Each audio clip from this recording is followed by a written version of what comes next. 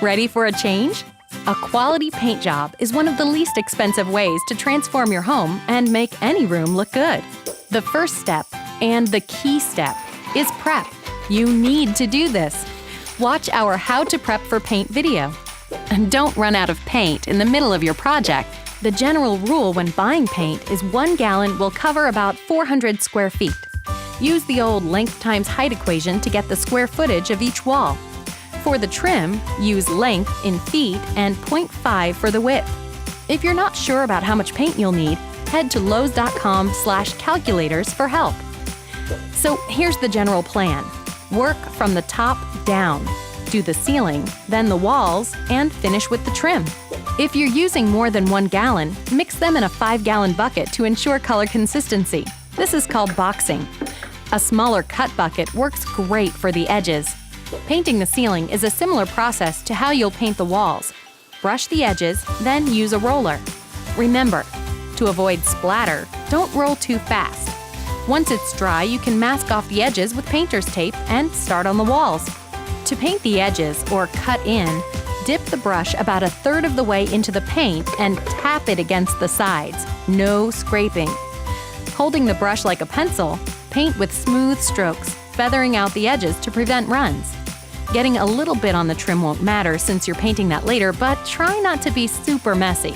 Now for the roller. If you're using a bucket, you'll need a roller grid. For pans, use a liner for easy cleanup. To help the paint load, first dampen the roller cover with a wet rag. Dip just a little ways into the paint and roll a few times to even it out. Resist the urge to submerge the roller. It'll make a mess. Starting near the edge, roll the paint in a zigzag pattern. It helps to roll in several directions to get good coverage, especially on textured walls. Go slow to avoid paint splatter. And don't press and squeeze the roller to get more paint out of it, just reload. Work in 4-foot sections, top, then bottom. Once you get going, you can go back along the edges. A few tips. Turn the roller sideways to get really close to the ceiling and baseboards. And to remove buildup and runs, lightly roll down over the painted areas. This is called laying off. Paint 1 wall at a time for each coat, 2 coats for the room. If you need to take a break, cover your bucket and wrap up your brush and roller. Put them in the fridge if you'll use them the next day. After the walls are completely dry, grab some painter's tape for the trim work. Run it against the wall trim edge and press it down with a plastic putty knife. Now you'll have straight lines on your trim. Once you've painted the trim, you'll want to remove the tape. A knife can help cut along spots where it's stuck. Remove it shortly after it's dry. This will prevent peeling. Some tapes have specific removal time recommendations, so make sure you check before you pull it off. Finally, clean up.